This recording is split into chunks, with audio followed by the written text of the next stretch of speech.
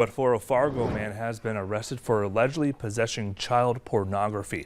Joseph Retzlaff is charged with 8 counts of possession of certain materials prohibited, also known as child porn. According to court documents, the National Center for Missing and Exploited Children received a tip from Google on January 17th. Now, the North Dakota BCI was contacted the next day. A BCI investigator details several videos of sexual abuse of children between the ages of 9 and 15. Retzlaff admitted to purchasing child pornography, saying that his preference was children between the ages of 8 and 17. Now, investigators took cell phones, hard drives, a desktop computer, and a micro SD card where hundreds of files of child sex abuse material were found. Retzlaff is due back in court in April.